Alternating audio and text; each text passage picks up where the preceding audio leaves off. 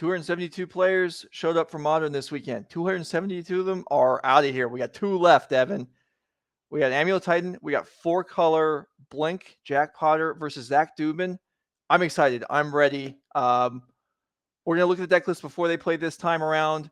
Your instinct is who's slightly ahead here? So I know we talked about the last matchup. I think I had maybe mistakenly said that 4-color might be ahead. I think it might have had to do with the composition, because if you look at this deck list specifically, the card that you see here that was absent in Robert's deck is Counterspell. Mm-hmm. And I think you saw part of why I think the matchup was a little bit better for Jack, because once Colossus resolved, it was nearly impossible for Robert to get out of that. But Zach's going to be a lot better at answering the Colossus on the stack with Counterspell. It's a lot different to counterspell a Colossus rather than Solitude after your opponent's already, drawn 10 cards and made 20 mana. So, Right. Okay. So there's gonna be a little different priorities as far as Jack Potter's mana development goes. So let's go ahead and look at Jack's deck real quick. The players are shuffling up, and so now Cavern of Souls is going to take on more importance than it did in the last match. Right, and Jack has a lot of Cavern of Souls. That's 3 copies that you don't usually see that many copies in the Amulet deck. So Jack definitely came prepared for the Counterspell version. So, Jack's knowing the deck list, going to be prioritizing that Cavern of Souls a lot more, trying to get that Colossus into play under a Counterspell. And that can likely find another Cavern, which can then name Titan, or Giant, I guess, in that case, to then Cavern out the Titan. So Jack does have answers to the counter spells. It's just going to maybe be a little bit different in terms of what he's prioritizing. Right. Okay. So excited to see this go.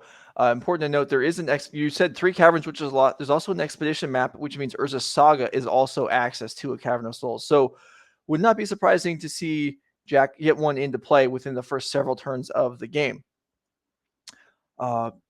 Play draw rule in effect. I don't recall who's the higher seed, but we'll go to the table and we'll find out in just a second.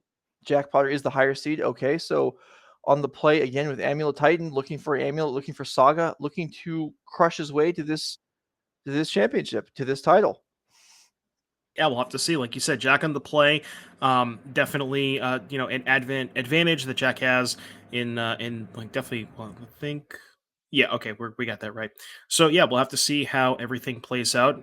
We talked about what the important cards are from both sides, and Jack on the play can maybe get, like you said, the Saga for map for Cavern is a lot more achievable when you're on the play, because you could say go like turn 1 Saga Amulet, turn 2 you can get a bounce land and a Dryad, and then you have more mana, because the one thing about the map line is it's a little bit more mana intensive, because you have to commit 2 mana before you commit anything else. So Jack being the play can maybe get to that 2 mana threshold that turn that he's trying to sack the map for the Cavern. Right. Okay, so production real quick. We have something reversed here because the Yorion is in front of the Amulet player, so I think the names probably are reversed. So maybe we can get that confirmed and straightened up. But here we go, looking at opening hands of our finals. Both players have now earned invites into the regional championship in Atlanta in November. So congratulations to them for that achievement. I'm jealous. I know you are too, Devin. But hopefully we can join them within the next few weeks. Yeah, I have to look at my calendar again. I think there's roughly about 7 or 8 more that I can play in throughout the next the next month or month and a half. So, well, I plan on going to Atlanta regardless, because when it's a DreamHack, and the last DreamHack I went to the one in Dallas, and that was just an absolute blast. So I'll be there regardless. But that's cool. I've been to a couple different gaming type conventions. I've never been to a DreamHack. That is something I would not mind experiencing. Plus, one of my close friends has already qualified. So, I get there's last chance invites. I might get dragged along anyway, even if I'm not qualified. But it's much more fun to just know the invite's already locked up. So Jack Potter and Zach Dubin have accomplished that. Southern California better watch out. I'm coming for an invite. Okay, so here we go. So Jack Potter, as the number 6 seed, probably very pleased to find himself on the play here in the finals, as Zach Dubin has won 2 matches in a row, going second to earn the berth. Amulet for Jack Potter on turn 1, just the way these Amulet decks like it. Yeah, definitely Jack's ideal start here.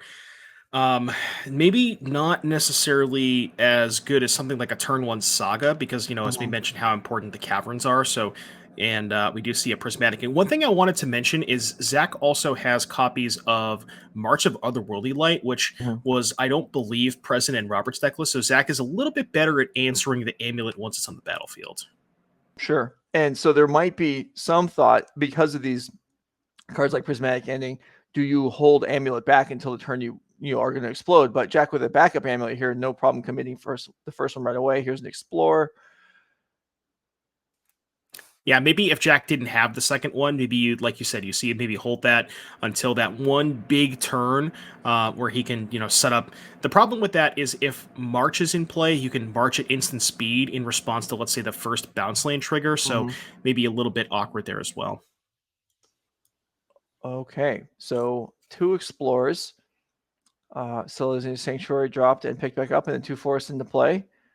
So 4 mana in play, Sanctuary in hand, which generates 2 mana as of now.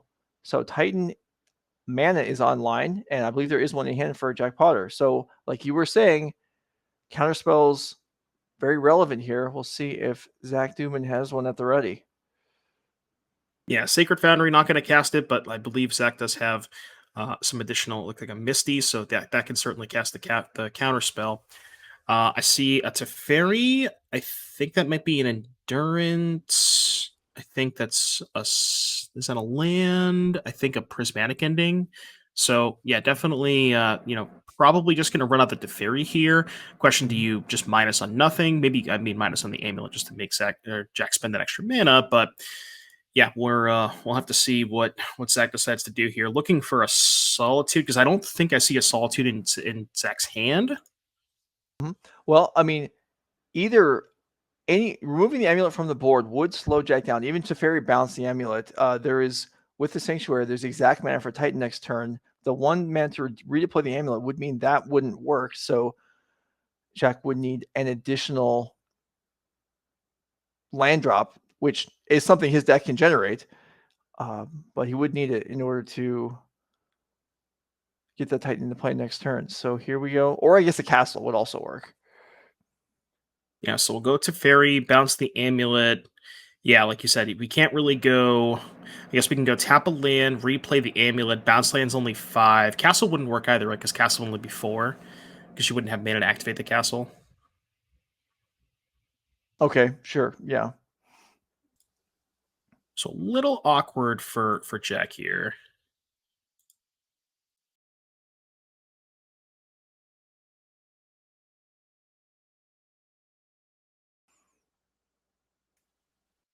Yeah, doesn't want to just make a land drop and pass here, but that may be what he's actually forced to do here. So now, then, I guess the question is, if I can't play Titan this turn, do I just make a land drop, or do I play the Amulet anyway and leave it on the board for a turn? Kind of tough. It really depends on whether or not Jack has the ability to play the Amulet next turn and then also get 6 mana. Now, Jack maybe could have something like Azusa Bounce Land, where we could go Azusa, play the Bounce Land 3 times, and that's 6 mana for Titan. But I'm not sure I saw an Azusa. I did see a Bounce Land in a Pact, but I don't know if I saw the Azusa. I guess, okay, we have Pact Titan, so we could go Pact, Azusa, tap 3 mana, Azusa, bounce land 3 times, play the Titan. You could just see something like that, maybe. Well, that looks like Jack agrees with you. Here is the Pact. And this looks like it'll work. There is a Solitude in Zach's hand now. Okay, Grazer is going to be the choice. Okay. Interesting. 2, 3. Grazer makes 1 mana with the bounce land. Huh. Curious to see where Jack's going with this. Is that, yeah, well, we haven't played our land drop for the turn yet.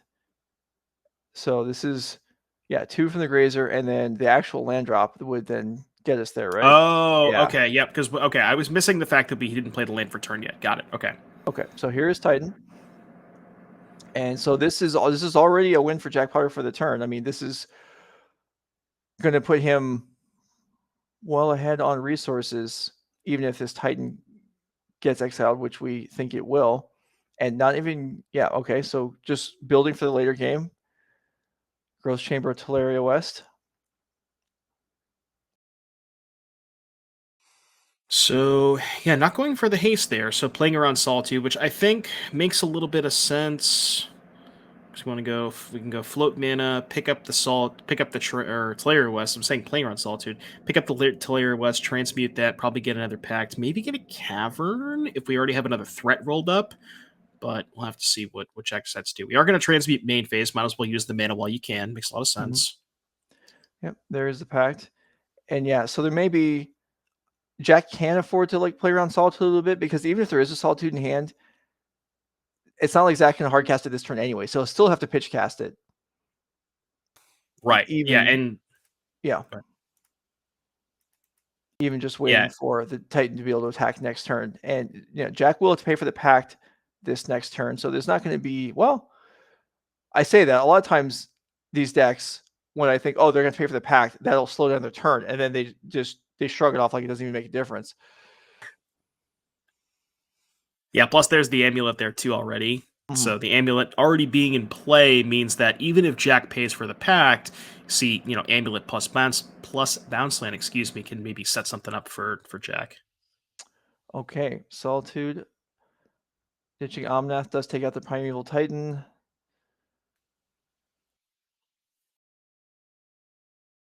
Something being communicated between the players there. Not entirely sure what that was. Teferi rolls up. So Jack Potter, sitting at 26 with a decent amount of mana in play, will have to pay 4 on upkeep.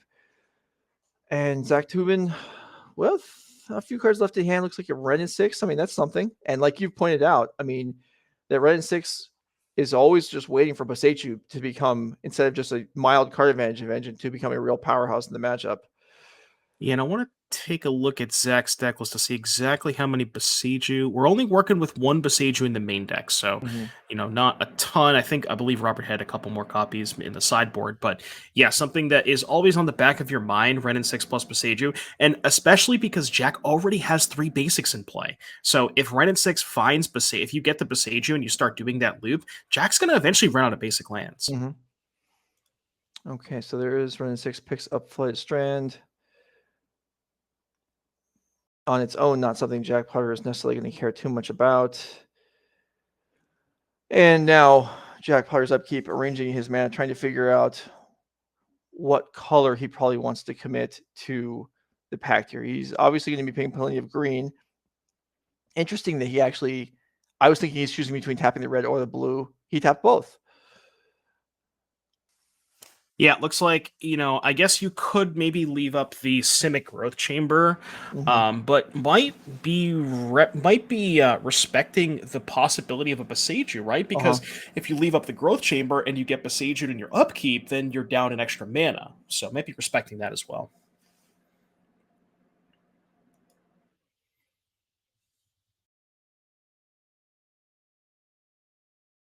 All right, so just landed a pass for Jack this turn. And then we'll have a lot of mana to work with next turn. Zach Dubin looking at, I believe, a counterspell and an endurance. Counterspell a winner here, endurance not so much. Yeah, the counterspell is definitely good. Now, remember, we saw Jack. I keep calling him House of Mana. But we saw Jack pick up the Tolaria West, transmute that. So is looking for potentially that Cavern to, get rid of or at least play against that counterspell. But now that we don't have to pay for a Pact, we have a little bit more mana to work with this turn. So we'll see what Jack can come up with here.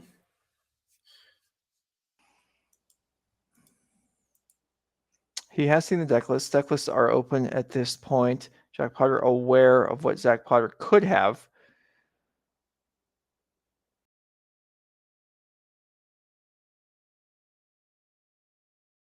What are we going to go for here for Jack?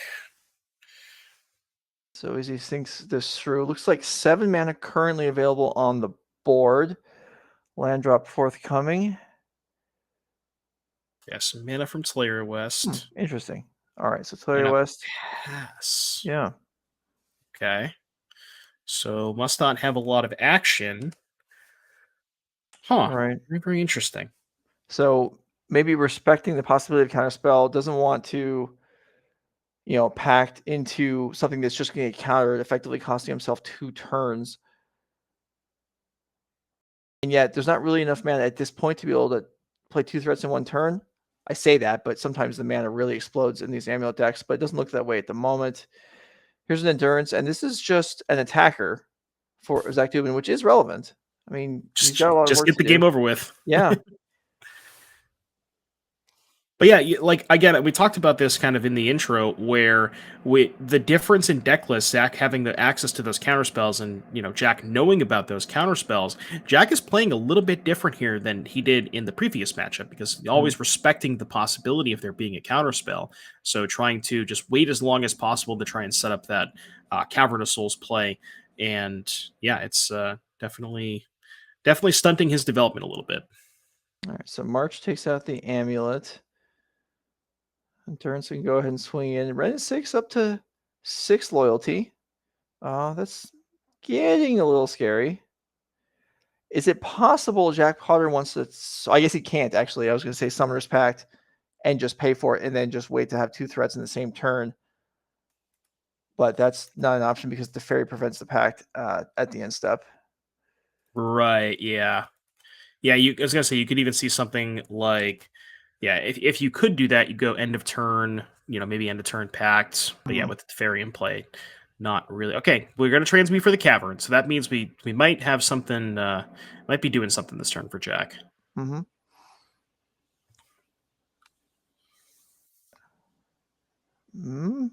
Well, okay, maybe not. I don't know that this would...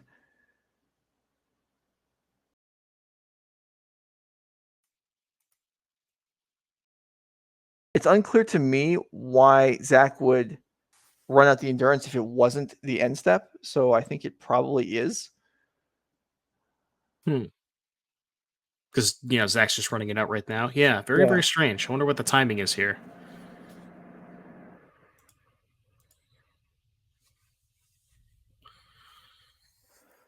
All right, so the players are both shuffling up, and then I think we'll see Zach Dubin untapping here. So I wonder when that Tolaria West happened. Yeah, I feel like it must have been transmute Tolaria's for Cavern, go, I'm going to shuffle, and Zach Dubin's like, okay, I'm going to play Endurance at the end step. That Okay. makes sense to me. I'm not sure that's what happened, but I can't see what... Yeah, okay, that's what it was. Oh, right, because Jack couldn't play the land because we already played the Sanctuary, so we can't play the Cavern and actually play a spell this turn. So that does make sense now. Okay, I get it now. All right, Zach Dubin looking at a couple Blood Strands in hand, and I believe that blue card is a counterspell. So not a whole lot going on here. Actually going to draw off to Fairy and draw another land, it looks like. So running 6 at 7, that is the ultimate level next turn, but he's got to get there.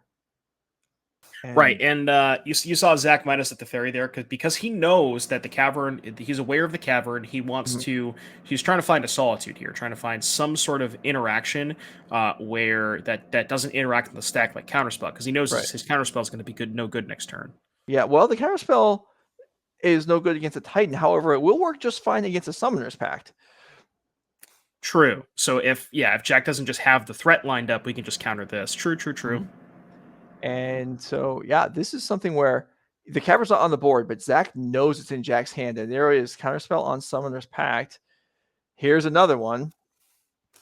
Now the question is, what are we going for? Now, there is a Valakut in play, and I don't believe Jack has not made a land drop yet. So with the Ren at 7 loyalty, threatening an emblem next turn with the counterspell in the graveyard, you might see Jack get something like a Dryad. Obviously very low impact, but maybe he feels like he just has to answer this Ren in 6. Obviously, we could go for Cultivator Colossus as well, which maybe we could draw some cards with, or we could just, get everybody's favorite Primeval Titan. All right. Well, yeah.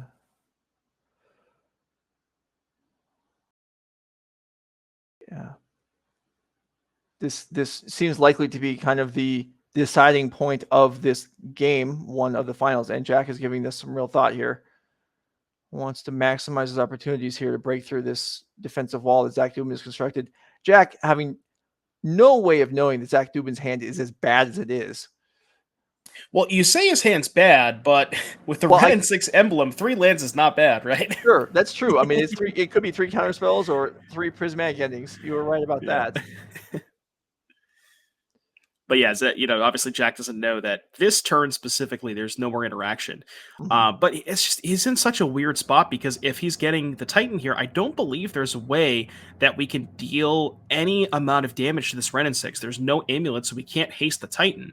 So at least from my perspective, unless I'm missing something, by playing the Titan, you're allowing the Ren ultimate. So unless we have a way to a Dryad here, but I don't think we do. Okay, let's see it. Titan into play.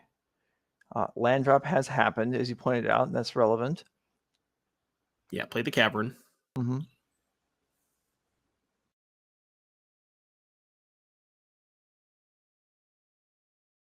Okay. Oh, the Bog. Right. Okay. That plays.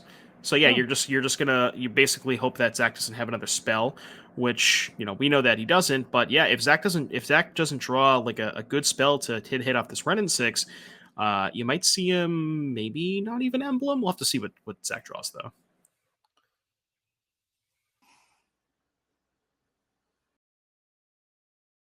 I mean, there aren't too many. I mean, getting rid of that March with the Bog means that even if whatever spell is drawn here, I mean, it's not easy to kill Titan with a spell in Zach's deck. It is certainly doable with creatures. Yeah, other than maybe March, March for 7, right? Or March for 6, I should say. Zach, that's a land. It is. Zach's hand is you're around all lands. Now, we're not 100% out of gas. Oh, actually, this turn we are because we can't minus the Teferi until the next turn. So, yeah, this is Zach's pretty much on nothing this turn specifically. So, yeah. So then, given this scenario, really the choice here is do we ultimate or not? And the answer is we do. Yeah, you lock in the emblem. With 4 lands in hand, seems pretty free to do that. Yeah. Yeah. Yorion enters play. Can reset loyalty on Teferi. I don't think you're too worried about anything. Jack will do it instant speed at the end of this turn. Yeah, so we're going to blink Teferi to try and get an extra card next turn. But yeah, this is basically free reign for Jack Potter here. I would have to imagine with Zach at 9, we could probably set up lethal, which is all you have to do is find a Dryad, right? Right. I was going to say, Jack's got to remember to pay for Pact. There is a die on top, so wouldn't want to see a game of the finals end like that. I mean, unless you're Zach Dubin, but well, yeah, I'm sure he would take it.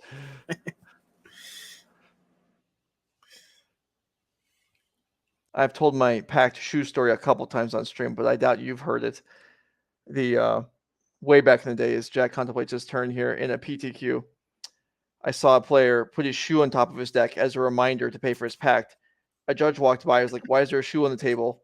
Get this off the table." And then player's like, "Fine," takes the shoe off, puts it back on his foot, untaps, forgets about the Pact, and dies. Oh boy, that's a good one.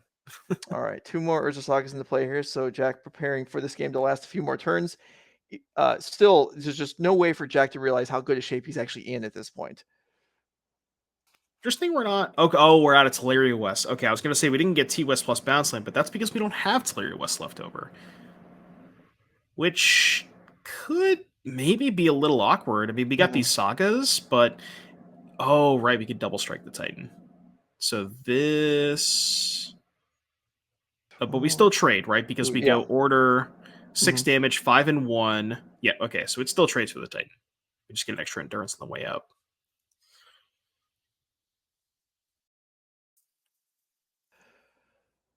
All right, so it's a Ren and 6 emblem and a bunch of lands in hand versus what will be a 4 sagas. Constructs. Yeah.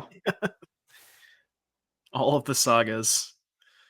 But I mean, that was a prismatic ending, so Ren and 6 Emblem plus prismatic ending can answer pretty much all these constructs, or at Mhm. least most of them. So Zach might actually be in an okay spot, to be honest with you. Yeah, I agree. I mean, he is stable for now. I mean, he is sure vulnerable to a lot, but off the top. But at the moment, yeah, he's feeling good about lining up an attack here.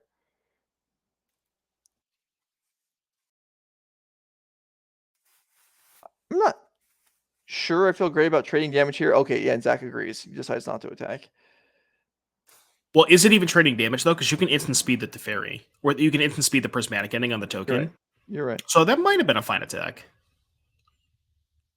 Maybe Zach is worried about like a hasty Titan and feels like he needs the 4 toughness to be able to block a hasty Titan. But one thing I was going to say, one thing that could come up, but Zach, that can't because we can cast prismatic ending 4 times. Is you could say like second construct token and then haste the second construct token, Mhm. but with prismatic ending plus land, we can take care of both constructs this turn. So. All right, expedition map is defined. So what are we going to map for? We're down all 4 sagas. We're down both Tolaria West. We already have the Cavern, already have the Sunhome. Okay, well, we I can, guess he can get Slayers. sure. He can get Vesuva for Another Saga, or any maybe? bounce land to, yeah, you're right. He could Vesuva for a Saga. He could get bounce land to reset something as well. So either way, he can Well, get an.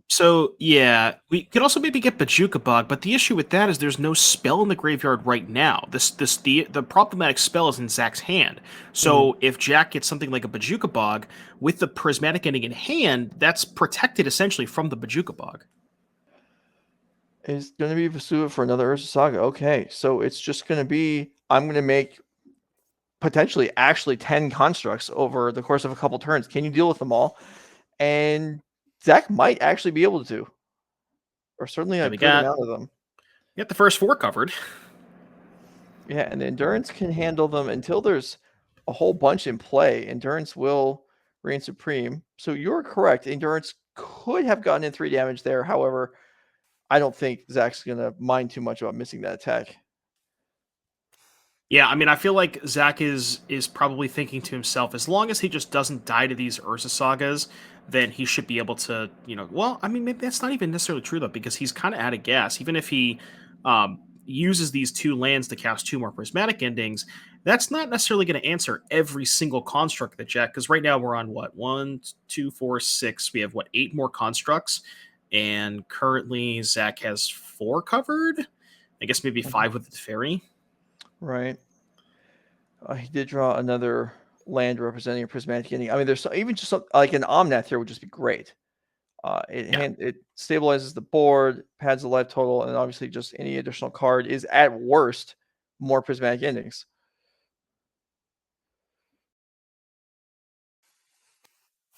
Yeah, this is a really, really interesting game.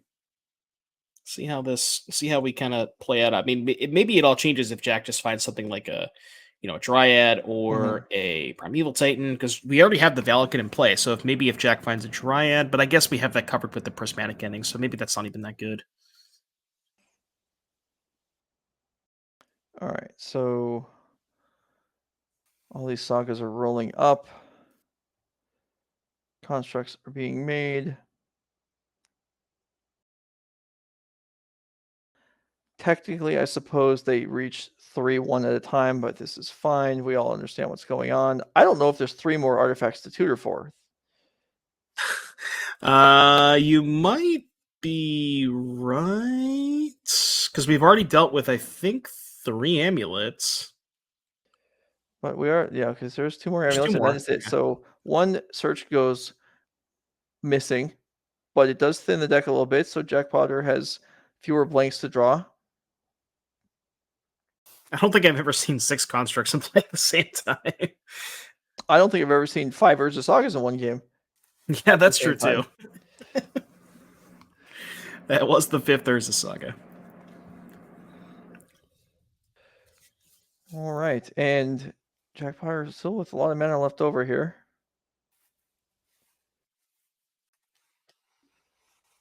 And 3 of them can attack. Because we made... yeah, I think... Oh, okay. Dryad. But again, the Prismatic Ending takes care of that. Mm-hmm. And that's going to happen right now. Because obviously, Zach doesn't want to take any damage. The Slayer Stronghold's interesting. Okay, this might actually be a spot where Jack can actually get some amount of damage through. Because what's going to happen is Zach's going to go Prismatic Ending the Dryad. And then we have the ability to cast, I believe, we have, 2 more lands in hand or 3? I think 2? All right, so 4 tokens can attack. And they're all... Let's see, how big are they? 8s? 6, 7, 8. So we're going to kill 2. Now they are 6 6s, which means the Endurance does have to chump block one of them. And then you get in 6 damage. Okay, yeah, this is actually not too bad for Jack here. Yeah. Yeah, take 6, go to 3, and I mean, Zach can't draw 4 Prismatic Endings to answer 4 tokens. I guess Teferi answers 1. It's an Ephemerate, that's not going to do much here. Yep, okay. Teferi picks off a token. Okay. All right, that's a good one for Zach. Still needs to find, I believe, 2 answers. But the fact that lands also... Oh, never mind. So I believe Zach should cast this on his own end step. Right, I was thinking that too. Yeah. Well, it'll still... Yeah, it'll sacrifice on... Oh, there may not be mana available for Jack to make a token this turn. Right, but if the dress down stays in play through Jack's next turn, it's also better against a top deck Dryad, a top deck Titan, as well as just the remaining Saga token that's going to be made on Jack's main phase. Sure. Right. Right. But you're right. Because by playing it end step, the Saga in play couldn't even make one on upkeep. So yeah, this definitely a bit... I mean, I understand getting excited. But yeah, maybe that was a slight misstep.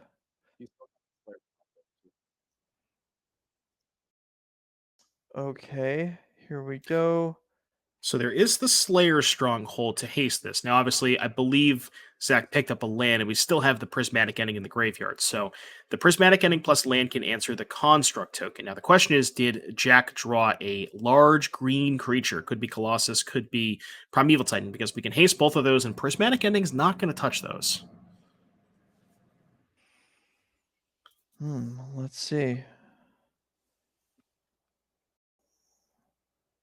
Oh, Explorer. All right, both players drawing cantrips for their turns. Oh, right. Chat's pointing out that Teferi downtick this turn, so we can't actually Prismatic Ending. That's a very good point, because Teferi minus the draw card. Right.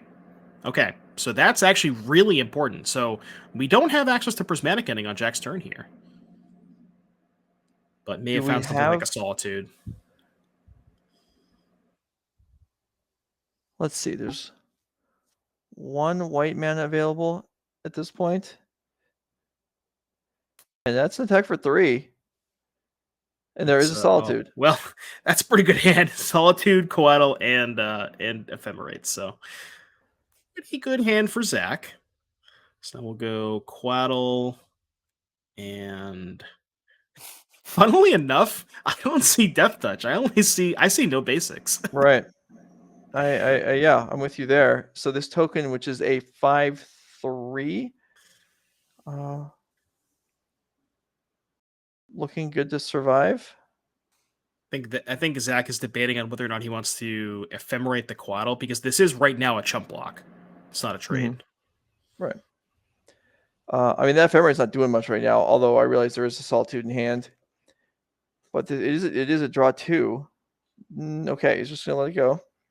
So the reason for that is if Jack drew exactly Dryad, we have the Valakut in play, and Zach's at 3. So and the only other white card was that Ephemerate. So if Zach, say, casts the Ephemerate, doesn't draw a white card, and Jack has Dryad plus land as his last 2 cards, then that could be, a way to lose this game that you might otherwise not be able to. All right, second turn in a row. Zach finds an iteration, and this one found some goods. Man, this has been such an interesting game. Yeah, it really has. All right, Omnath is the selection for the card to be played this turn.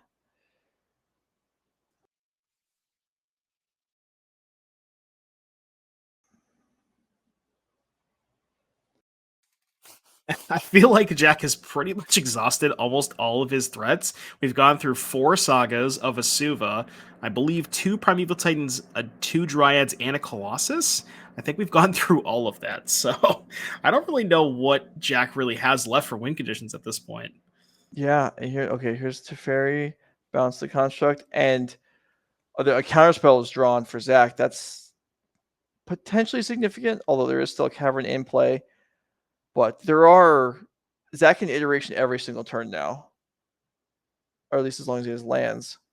He's bound to draw another running 6 eventually, so he is not going to run out. It's basically impossible for Zach to even run out of stuff anymore. Bojuka Bog's already been used. Yeah, that's a good point too. Can't bog anymore. Well, I guess that's not true. You could bounce lane, pick up the bog, and then replay it, but even then, it's like most of what Zach has, he has just a lot of stuff in hand. So even if you bog him, there's still a ton of spells left over. So Explorer for Jack Potter, looking for. I mean, Zach's still at 3, but there is a fetch line in play, so effectively at 6 at the moment. Did Zach not play a land last turn? Because I thought Zach's been at 3 for a while. I feel like he would have went to 7 after the Omnath that turn. I agree. Yeah, I wonder about that too. So maybe the life total is actually not updated. Here's the second Cavern.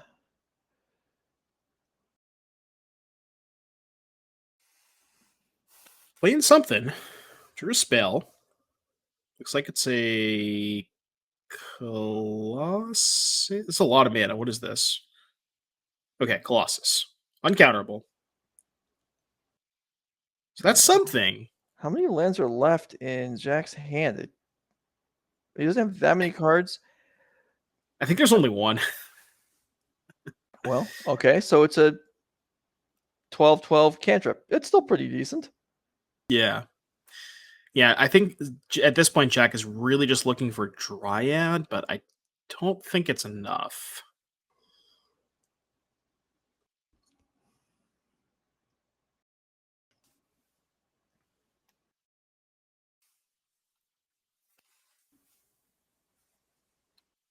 Is it what, Grazer and Castle in hand, I think? All right. Jack says trigger 1. Yeah, it looks like chat's pointing out there's a white floating off of the Selesnya Sanctuary so we can activate the Slayer Stronghold. Okay. So did get a Valakut off the top. So got a couple cards out of this Colossus. We can make some mana because those come into play tapped off the Colossus. We get 2 Amulet triggers, which is essentially 4 more mana, but I don't know what we're doing with that 4 mana. So we have white, red, green floating.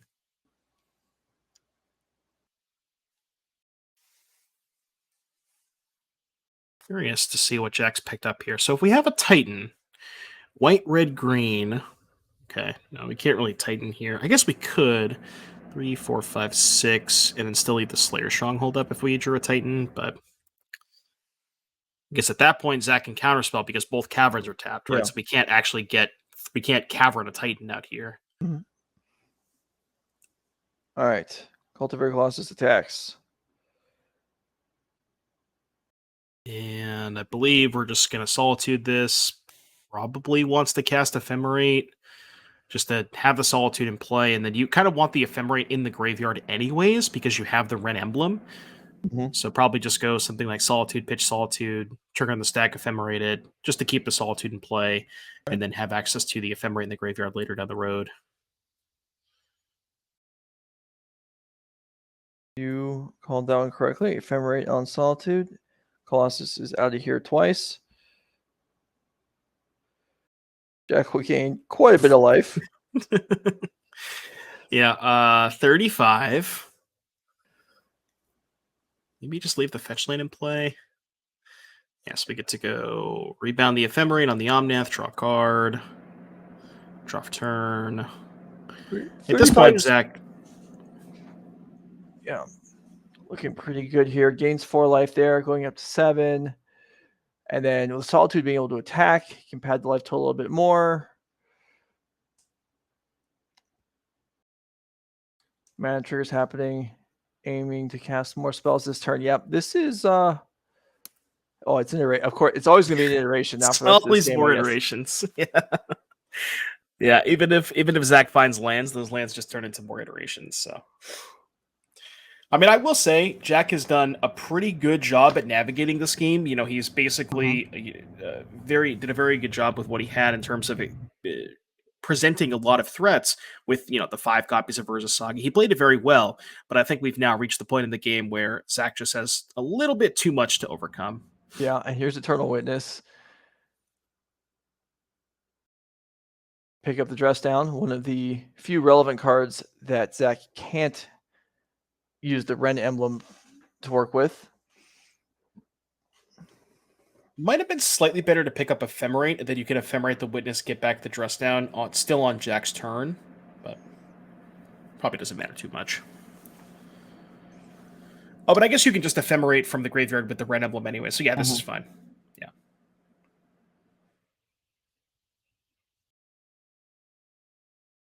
Now, the only thing missing from Zach completely locking up this game, I guess, would be the Boseiju to take out the Cavern. It feels pretty over anyway, but that might lead to Jack giving up. His hand contains Arborreal Grazer and whatever he drew off the Colossus last turn.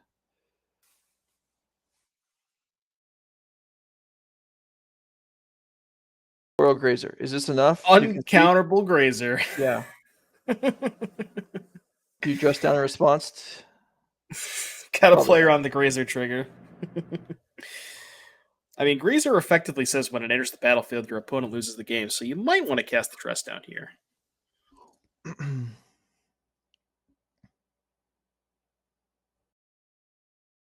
Zach Dubin actually thinking of a response here as we jokingly suggest options for him. And okay, there it is. Grazer into play. Uh-oh. Better watch out now. Ghost Chamber makes 4 mana. Bounces something. Bojuka Bog. Okay. Okay. That is something. Now, we know Zach still has a grip full of cards, but so we're going to respond. Oh, it's actually kind of gross too because the Ephemerate gets exiled on rebound, so it doesn't actually. What happened? What? I'm confused. So he cast the Ephemerate, but you can't target the Ephemerate that's in the graveyard and put it into your hand because that gets exiled, right?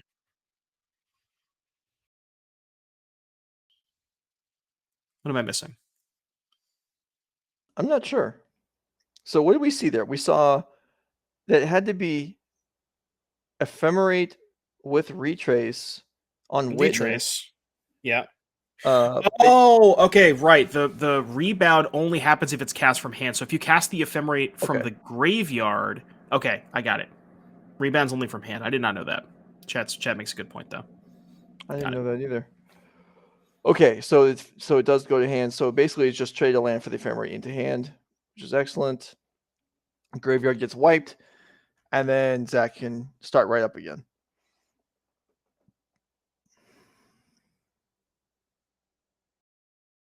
I mean, the bog is something, right? We did take out a good amount of what Zach had going on, but with the Ephemerate now plus the Witness, whatever Zach has left over, it's and even the Ephemerate plus the Solitude is probably enough to close this out. Mm-hmm.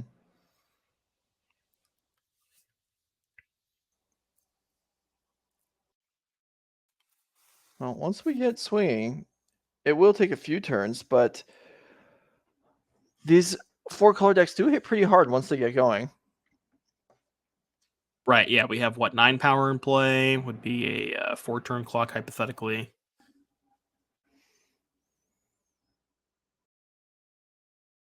And there are still, I think we've just had the one red and 6. There's still 3 more left in the deck. And if one of those is drawn, then this retrace is going even more infinite, if that's actually a term that people will accept.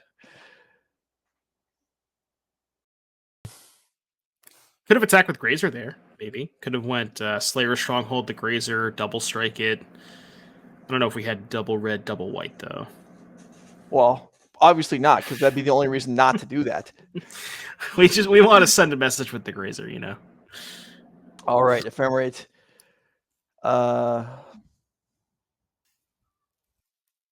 that's just, I'm sorry. Okay, that wasn't rebounding. That's just being revealed as like, these cards are in my hand. I'll just leave them face up.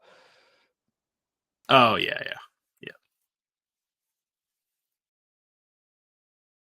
Yeah, and credit to Zach too. Zach played through a lot this game. We saw essentially 5 copies of Urza Sagas, multiple Titans, the Colossus trigger, multiple Dryads. Zach navigated this game incredibly well.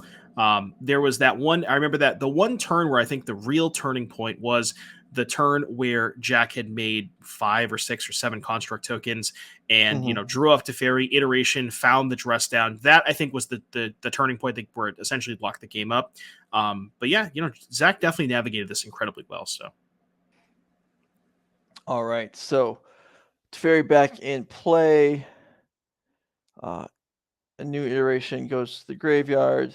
So this Witness Ephemerate stuff is fully powered once again. Lightning Bolt took down the Grazer, and the way is clear for an attack. Or let's see, something got blinked on upkeep. I guess I lost track now. Same. I think the Ephemerate targeted the Witness. Yeah. Okay. Maybe? So then attack for That's 7. Probably happened. Yeah. Yeah.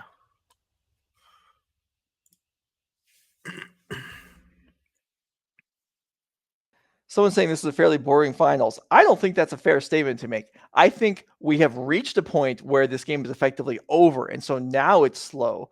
But right. I don't think it was the too first bad. 10 turns the first 10 turns were fairly interesting. Yeah, when there was 5 Urza Sagas in play, I mean, I thought things were really jumping at that point.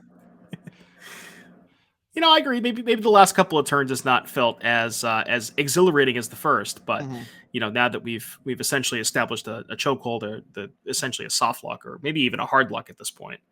But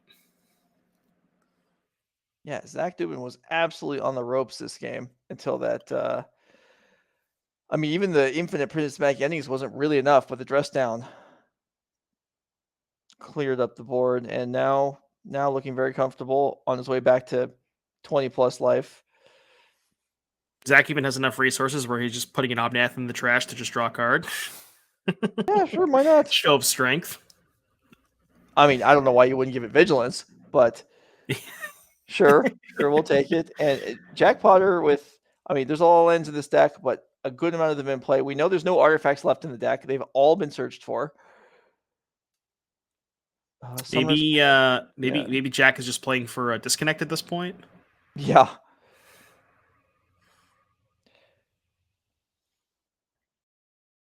Maybe Zach will come down with food poisoning in the middle of the match. And so as long as he draws up, maybe Zach Dubin desperately needs to go to the bathroom right now, and Jack Potter's just like, no, you're going to be uncomfortable. You got to wait till this game's over with. I'm not conceding.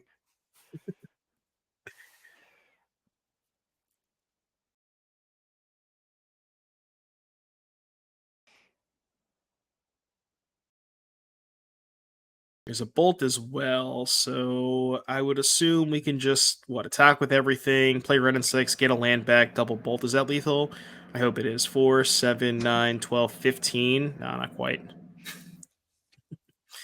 I don't think we have enough lands to go lethal with the bolt, but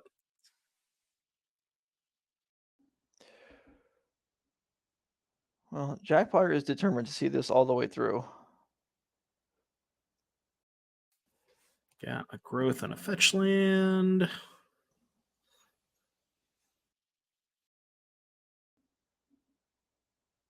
Not attacking with a witness. I like it. Or no, we couldn't, right? Because he ephemerated it? Okay, my bad. Yeah, he ephemerated the witness this turn. All right. We might actually be starting hand size. Well, I guess probably not, because any extra lands can be turned into lightning bolts or whatever else. Zach would please. Funnily enough, I don't think Zach has that many lands in hand. I think it's just all No. spells. A fair amount of them have been used up. All right, Fury enters play. That is definitely a lethal attack next turn, in addition to everything else that's available. Let's see how much is on the board right now. 9 and 6, that's 15. Okay. Well, a land would make it plus a bolt would finish it off. Jack Potter actually's got something to do here. All right, we're casting a spell. What do we got, Jack? All right, it's Got Dryad. a Dryad. Well, when we were asking for the Dryad, Zach Dubin was at 3. He's now at 25. He's now 25. I don't think it's good enough So- now. This was a little late. Yeah, maybe about 6 turns too late. Okay, I'm with you. Double Dryad. Hypothetic. Now, we don't have a the Vesuva died because it was on a Saga, so we don't even have access to the Vesuva. I think we only have one Valakut. All right, Zach is not about to let 2 Dryads interplay at once, so Ephemerate on Solitude will take care of one of them. Here's the second one on the way in. What is our last card? Summoner's Pact. Okay. Sans a counterspell, this actually would have been not that bad. Could have pacted for Titan, got a whole bunch of Dryad or Valakut triggers, but yeah, now with no cards in hand. Yeah, okay. Question is, can we present lethal? I have to imagine we can. Jack's at 20. We can go. I'm not sure that we can anymore. If we now there's a blocker. If we Solitude, more lives can be gained. Go the Furious 6, 10, 13, 15. So attack with everything, double bolt is lethal. Right? 6, 10, 15, double bolt. Or no, Okay. that's only 21. Jack's at 22, so not even quite lethal. Oh, the Yeah, Ren well- Ping. The Ren Ping. And Solitude once again has been ephemerate, I think. So it's actually an attack for 12. So yeah, we still actually impossibly have some work to do.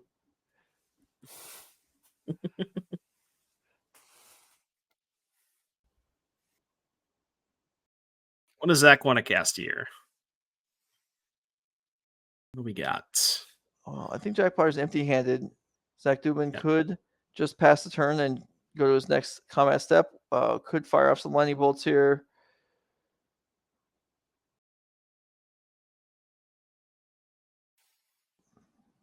Yes, we'll go crack the fetch land. I think we already used Ren and 6 this turn. I don't remember. I believe we may have, but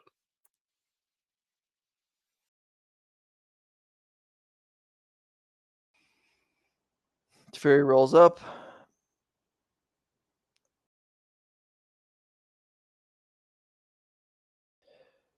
Okay. all right. Pass the turn.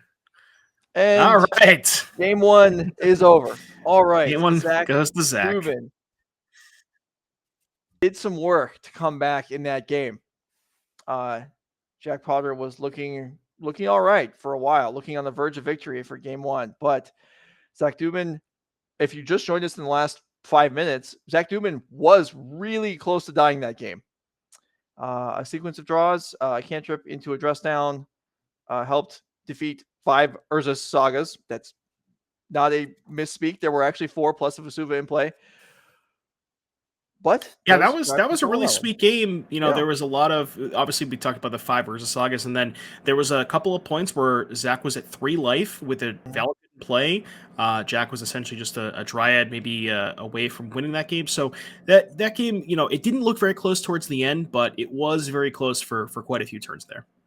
Yeah, so that dress down was good. The Ren and 6 emblem was massive, as the prismatic ending was cast maybe 4 or 5 times on constructs, and that also Zach Dubin would have died without access to all of that. So yeah, that was quite a game. Anyway, let's go ahead and revisit the deck list, because it's still the morning. Plenty of people may have joined during that game, so we'll take a look at where we're at, what we're looking at for the Cyborg games upcoming. We're in the finals of the Modern 10K. If you're here looking for legacy coverage, it will begin as soon as we get a chance. Now, this match has dragged on long enough that I would now project that with the legacy coverage will pick up in round 3 as opposed to round 2, like we said earlier. But whenever this is over with, we will get it going. So here's a look at Zach Dubin's 4-color Yorion deck. So what are we looking at in the sideboard? So we already talked about Zach's main deck being a little bit better suited towards this matchup with the counter spells, with the marches as additional answers to amulets. So if we look at the sideboard, the Emrakul, I think Zach does want that because we talked about from the previous matchup with Amulet versus 4-color, Emrakul can set up a turn where you Emrakul them with a Dryad and a Titan, get a bunch of Valakuts, just Valakut dome shot the basically yourself. So I kind of want the Emrakul. We see Force of Vigor in Zach's deck, which was not present in Robert's deck. So something that he definitely wants to look towards. And then the Dress Down's a slam dunk, and maybe the Chalices as well for Summoner's Pact. Okay, so let's take a look at Jack Potter's deck. Amulet Titan. We did have 2 Titan decks in the top 8. Performed well this weekend. But on the ropes here, needing to win their main 2 games to take down the tournament. Jack Potter's Amulet deck. So Cavern, you talked about Jack having a lot of Cavern's main deck. There's another one in the sideboard. Yeah, so we're going to go up to the full 4 copies of that. We want the Emrakul again. The Emrakul is quite good in this 4-color matchup, I believe. And then we talked about Dismember before. We did see that Jack did bring them in the previous matchup versus Robert. I'm assuming that is a concession to Omnath, but also is good against Ephemerate.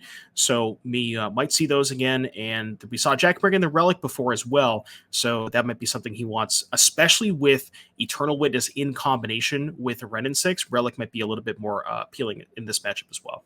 Yeah, I agree with you there. That Relic and maybe even Hearst just for additional graveyard hate, although that one's not tutorable by Saga. But the graveyard played a significant role in Zach's ability to battle as we moved through the later stages of that game. So Jack Potter, some things to think about. The players looking at each other's deck lists, shuffling up, getting ready for game 2 of the Energy 10K finals. Both players have locked up an invite to the Atlanta Regional Championship in November, DreamHack badges, and all that goes along with that. Now playing for pride, points, and money. In fact, if we have the prize pool slide, let's go ahead and pop that up for a moment, as I don't think we've gone over that today.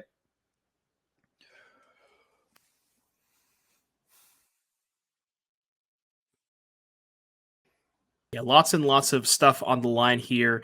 We've talked about the invites as well. So first, both of these players are getting an invite to the regional championship.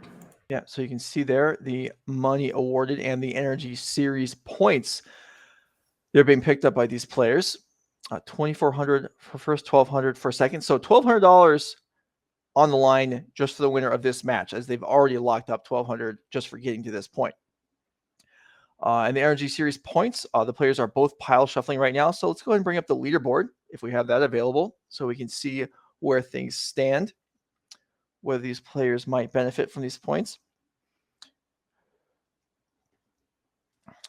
Neither player on the list at this point, or at least in the top 20, but 30 points goes a long way. As you can see, 20th place is at 43 at this point in the year. The top 4 players, I believe, will qualify at the end of the year that are not already qualified. You can see the names in yellow: Piper Powell, Joseph Bernal, and Andrew Ellenbogen already locked up for the NRG Championship. Zach Allen on top of the board. He will almost certainly qualify from the Season 2 leaderboard, so his name will also be in yellow before this leaderboard passes through its invites 5 or so months from now. So still room to move up. And for Zach Dubin and Jack Potter, a lot of points being gained this weekend. Maybe we'll see them there on this list next month. Okay, I think we're getting close to being ready for game 2 of the finals. Let's go ahead and go back to the table, see if these players like their opening 7s, and get things rolling.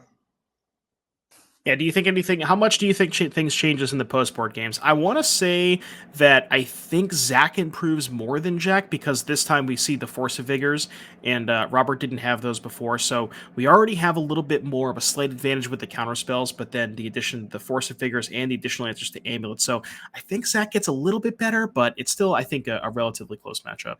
I agree with you that Force of Vigor is more impactful than anything that Jack can do, aside from drawing the Emrakul. And since there's no way to tutor for the Emrakul, as we talked about, is it's not green. It's just down to Jack drawing it.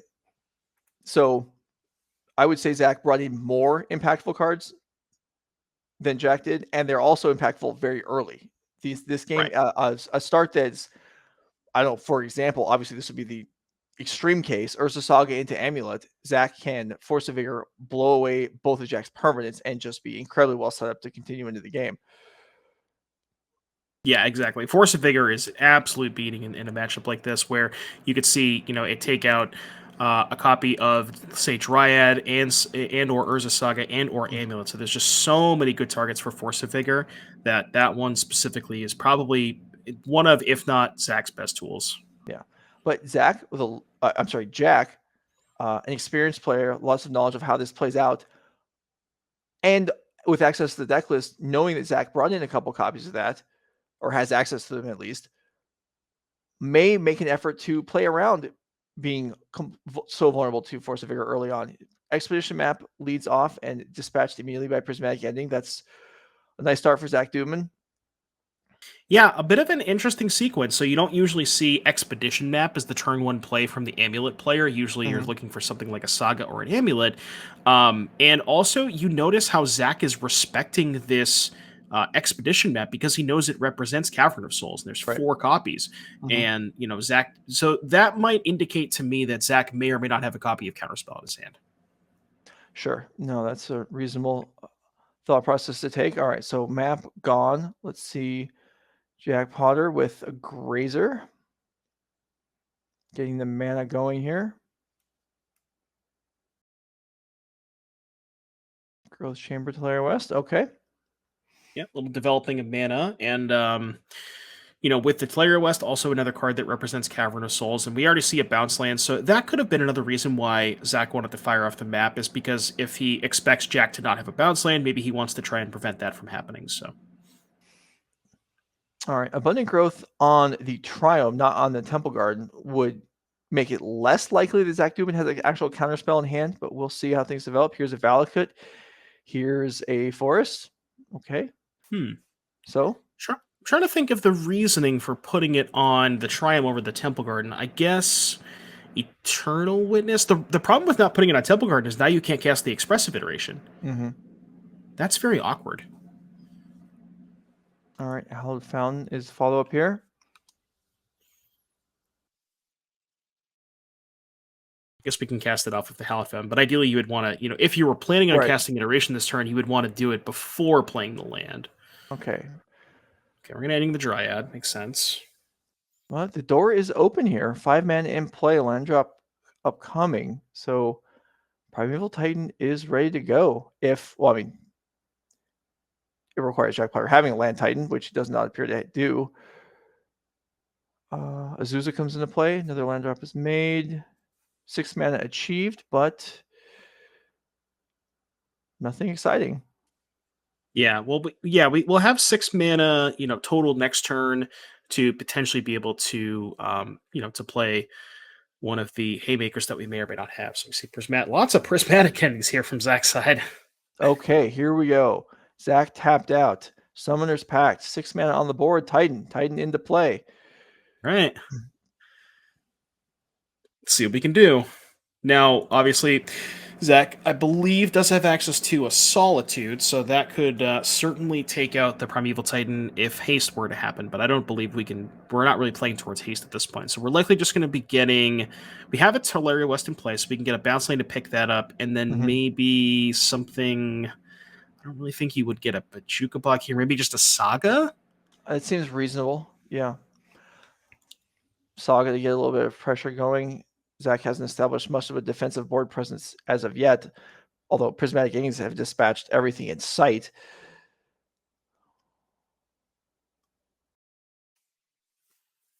If Jack is looking towards the future, maybe he gets the haste land to set up haste on a future Titan or Colossus. I mean, that's possible, I suppose. But it does look like Bounce Land Saga. So you're right about that. That does make sense. Pick up the Tolaria West, get the Saga in play, which represents 2 more threats, as well as an Amulet 2 turns down the road, which can, 2 turns from now, you could set up, Amulet plus maybe another Pact off of the Tolaria West, and that could lead to some really explosive turns. So,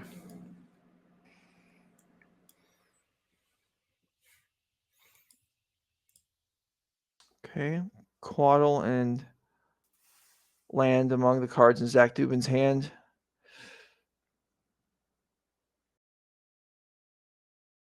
Eternal Witness to the back, I believe.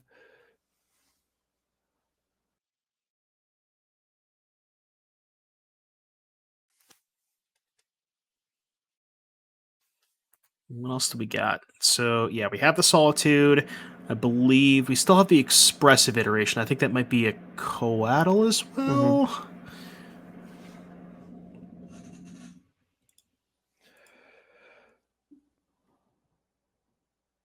Okay, Land Solitude is the play.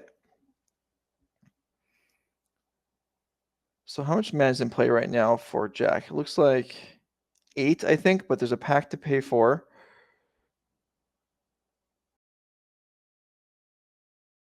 Does not preclude him from making a construct at the very least this turn.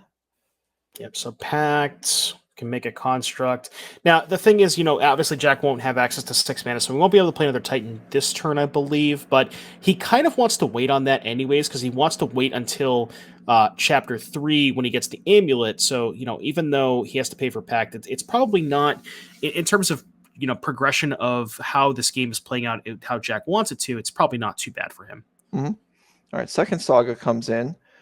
So we can kind of see maybe a repeat of the part of the middle portion of game 1 where Jack takes a few turns off and just makes oodles of construct tokens. They weren't able to get the job done last game, but that was a near thing. Right. It took Zach an awful lot of resources to survive that. I don't know if we're going to be fighting through 5 Urza sagas this time, but well, that's probably true. Here is an iteration, and Jack points out that's the wrong mana. Zach obliges, retaps.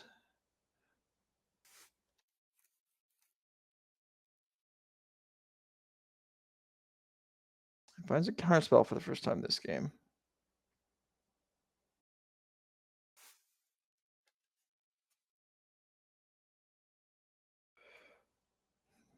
Emphasizes for Jack which is his hand and which is the iteration pile. Definitely an important distinction. I once played a match in a Legacy Grand Prix where my opponent playing the mirror had 3 cards in hand, activated Divine Top, put his hand down, picked up the 3 cards, put those back down, got confused, and lost track of which was his hand. Which he knew based on the cards in hand, but I had no way of knowing, and that led to a whole big mess, let me tell you. Right. Yeah, but I remember the classic. I believe it was Dan Musser. I know you probably remember this from coverage a while back. But when Dan Musser, they were in the finals of a Legacy, and he spun top, and then thought about for like another minute. He's like, "Oh, I forgot to order the top cards. Let me spin again."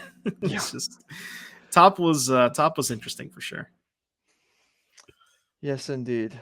Good times. All right, construct into play. And yeah, so we didn't see too much development there from Zach Dubin, just the iteration to increase his hand density. And I suppose the constructs, are we going to see an attack here? I know we're going to see an attack for 1. We're going to see second construct in. We're going to see, tutoring Amulet. up.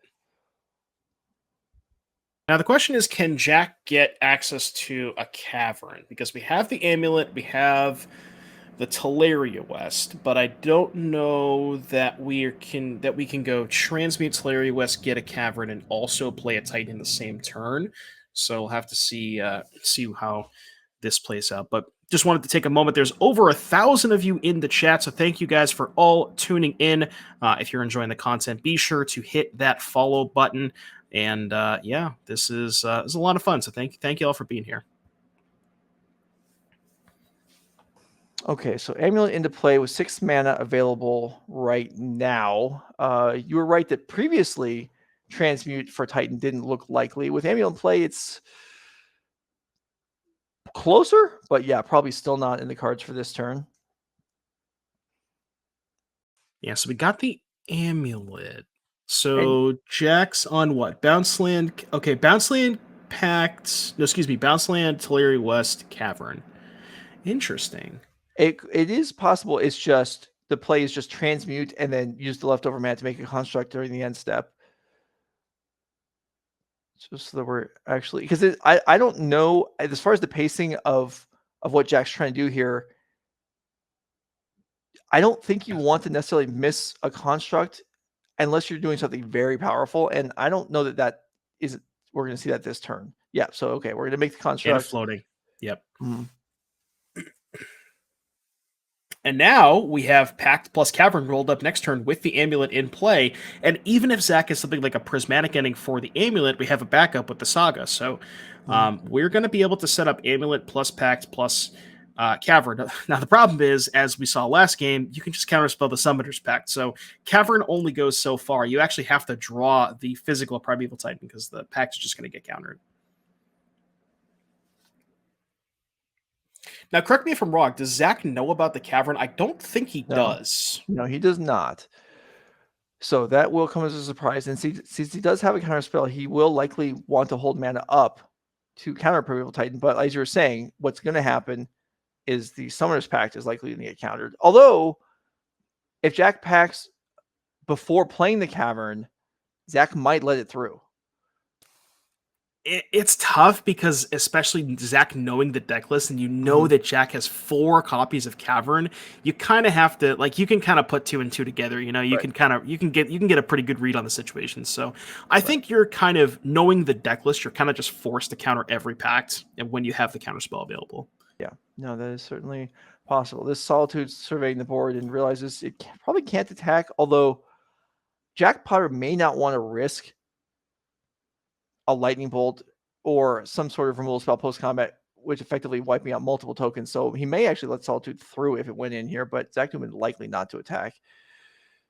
Certainly, pressuring Jack Potter's life total is not relevant at all for Zach Dubin at this point in the game. Right. And you know, we talked about we talked about Zach trying to win the fight over Primeval Titan itself, but we also have to remember there's going to be 5 constructs in play, so you know that might not be as trivial for Zach to fight through this game. Doesn't look like he has the dress down. So, I mean, it's hard to get excited over 5 constructs when last game it was 5 sagas, but sure, I guess. And there is a Prismatic Ending to take down 1 construct. So Solitude could attack here. Yeah, it'd be a trade, which, I mean, Jack would certainly just take it, I believe. I don't think you want to trade the constructs at this point because you're just going to get you can outsize the Solitude next turn. Right. Now, the other thing I want to check, okay, I guess we have 2 basics. I was going to say, does Zach have basics for Ice-Fang, but we have 2 fetches available plus the 1 basic, so we can turn on that Coatl. All right, Solitude does get through.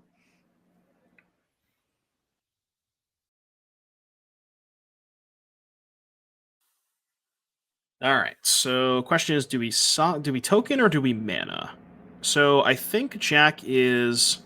You know what you could do? Really cool play here. You could, in response to the Saga trigger, cast Pact. If Pact gets counterspelled, then activate the Saga because you know that you're not going to be able to Titan.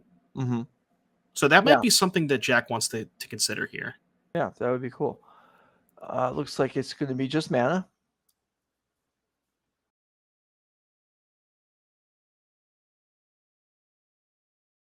Because it would feel kind of bad if you just float mana and then you get your Pact countered and then you just end up not using your mana and making a token. You know what I mean? Okay, so here is Relic of Progenitus into play. So that represents a card for Jack Potter, also the ability to wipe the graveyard. And the mana is still floating. Yes, we got 1 colorless. That's going to be an amulet. Yeah, but I don't really think Jack is going to have a lot to do this. I mean, other than to attack with 2, 5/5s, but we're just, I think our leftovers are Cavern plus Pact. We get the Pact countered, and then, not a lot we can do. Yep, there's the counter spell. I mean, Zach Dubin knew what he was going to do in that scenario. He counters that instantly. but I usually mean, if we've there's already put the attacking. counterspell on the stack. So what Zach is considering doing is breaking the fetch land before casting the counterspell I see. because of the Ice-Fang, Mhm. right? But now he's already announced that he put the counterspell on the stack. So now that Ice-Fang can't trade. Oh, that is pretty significant. All That right, is very relevant, yes. yeah. Here's the relic. Fresh card for Jack Potter. The attack is now slightly smaller, but the fact that those constructs are getting through. Yeah, and now it just like Should you see, it just feels weird to not use our mana this turn. was So 2 damage yeah, missed here?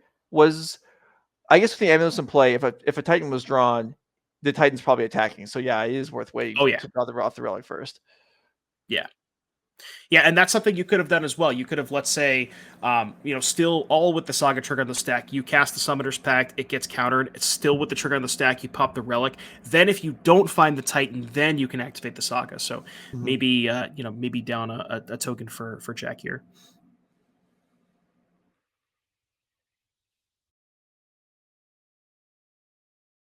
So Zach shaking his head definitely forgot to break that fetch land. Could have broke the flooded strand, got a basic island cast counterspell, left up the foothills with the abundant growth on it. Oh yeah, Project makes a good point too. Project makes a good point because we could have also made we have a bounce lane in hand with the second amulet, so we could have made a token and still had enough mana to Titan. So yeah, I wonder if if Jack just missed the token, or I'm not really sure why he didn't make a token there. All right, so Zach does block. Does not have much action in hand. Has a Run and 6 and a land, I believe. Counting up his mana.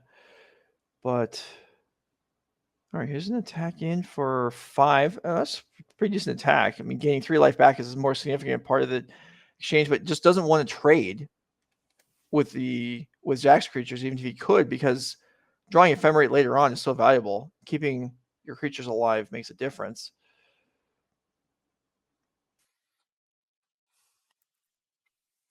So we're gonna break some fetch lands.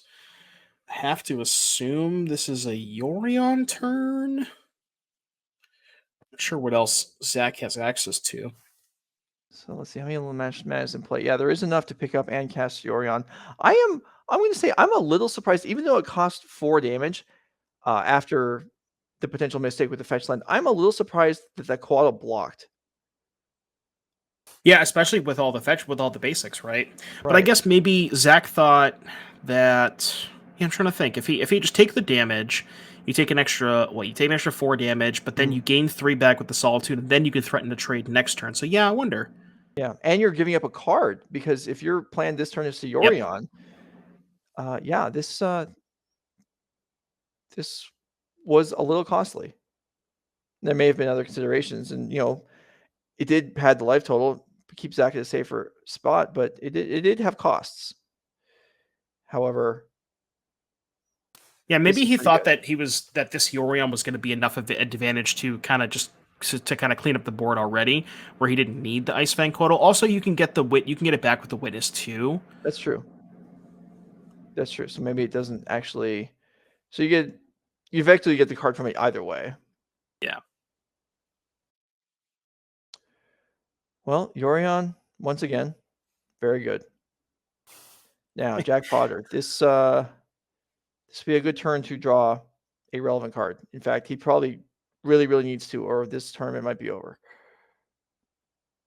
Let's take a look. It looks like it was a Boseiju. Yeah, Don't think that's gonna cut it. Ooh, and a pass, and Zach Dubin has to Yeah. be thrilled with that. That is rough.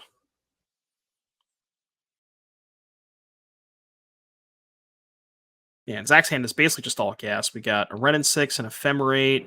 I believe an iteration I saw as well. So, yeah, pretty much almost everything that he's looking for. I mean, obviously, unlike last game, doesn't necessarily already have the Ren emblem in play, but Eternal Witness plus Ephemerate plus basically anything should be more than enough to make sure that Zach doesn't die anytime soon. Okay, Solitude trades with a token. Yorion comes across. Zach up to 15.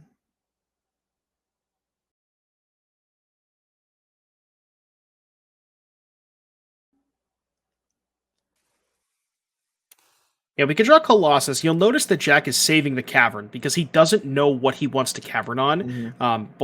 Either Colossus or Titan, depending on which one comes off the top. So very smart from Jack for saving that Cavern, because that is one way out. Right? He did bring in the hearse. Okay, interesting. I mean, it's not unreasonable. It's certainly not going to help much right now. Here's an Ephemerate on Witness in response. Pick up the Solitude. And good luck with your hearse. Wants to do that before the hearse can activate. So heads up play by Sack there. But yeah, hypothetically, if Jack were to find Colossus is probably the one he's going to need at this point. I don't even know that a Primeval Titan is good enough because we know about the Solitude. So a Colossus, maybe making 12, 16 mana, drawing a couple of cards. That's probably what Jack needs to get back from this. Yeah, and that's asking a bit, but we even have this loop. God. There's 7 mana in play and just a sorcery in the graveyard. So Emrakul, not very close for Jack Potter either. Oh, true, right? Because we popped the relic. Yeah, very, very, very interesting point there. All right. Ren 6 will fail as the hearse will eat the lands it's targeting. Okay, small, and I preface the word small victory for Jack here because we did get to hit that Ephemerate before the Witness came back. So that is something that we've been able to deal with that Unlicensed Hearse. But, draw 3 cards. I don't know how far that's going to go. Very small victory. We at least got to break up Eternal Witness plus Ephemerate, so see what Jack can find here. It's got to be a Colossus, I think, at this point. Well, now it's on the floor. Is it a floor Colossus? It is. I couldn't quite tell. I think it was a land. Well, it came from the floor, so yeah, I guess it could be a land. The last card that got dropped ended up being a Primeval Titan, I think. So yeah, at least he's dropping all kinds. All right, yeah, Cavern playing in the Cavern. Yeah. Now, very interesting that Jack decided to play the Cavern because remember the presence of Boseiju. And that's why Jack was holding it for the longest time is because, well, 1, playing around Boseiju, and 2, he didn't know what he actually wanted to Cavern for, depending on whether or not a Titan or a Colossus comes off. Now, Chalice here is kind of rough because, as we said, Colossus is probably the only way out for Jack at this point, and that cuts off a lot of the avenues to Colossus because there's only one actual physical copy in the deck. Chalice for 0 comes into play. Ren 6 gets foiled again by the Unlicensed Hearse. Zach Dubin probably doesn't mind too much. Jack at 18, facing down a decent-sized attack here for looks like 8 damage. Make that, 8. Jack Potter suggests that maybe one of these creatures is summoning sick. It is not. So not quite half the life total.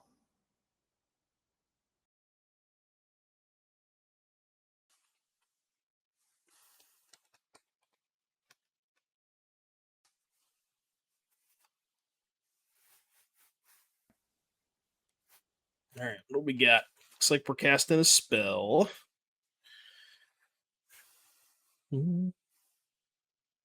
Just a Fury? Love it. Just get the game over with. I respect it. Yeah, I mean that does change the clock. That means next turn, Jack Potter is dead on the board. Chalice gets wiped out by Channel Boseiju. Okay. So that opens back up Pact. So now if you find a Pact or a Colossus, maybe, I don't know if we got a confirmation on what Cavern is naming. I'm going to assume it's whatever creature type Colossus is. Okay, Let's take a look. If we pull up the deck list, where's Cultivator Colossus? I think Colossus is a beast. It has to. I mean, we know Primeval Titan's a giant, so yeah, it has to be. He wouldn't have named anything else. So yeah, depending on how many lands Jack Potter's holding, I guess a Colossus would lead to some fireworks, and is probably his most reasonable opportunity to get out of this. Yeah, it has to be Colossus. There's nothing else. Titan's not good enough, I think. And that's it. Jack Potter floats 4 mana and says, I don't have anything. And Zach Dubin, congratulations, emotional, wins the NRG Modern 10 Gig 10K. Congratulations to him. Jack Potter all the way to the finals. Hope you enjoy your RCQ invite, your RC invite. I'm going to go ahead and continue to screw that up as many times as I can. But yeah, so 4-color takes it down. I mean, before the event started, 4-color was certainly among the favorites to make it to the finals or to win the event. And that we did see it play out. We saw a variety of 4-color decks contested in the event. Eldarmy's Call versions, Traverse versions. The Blink version is what ends up on top.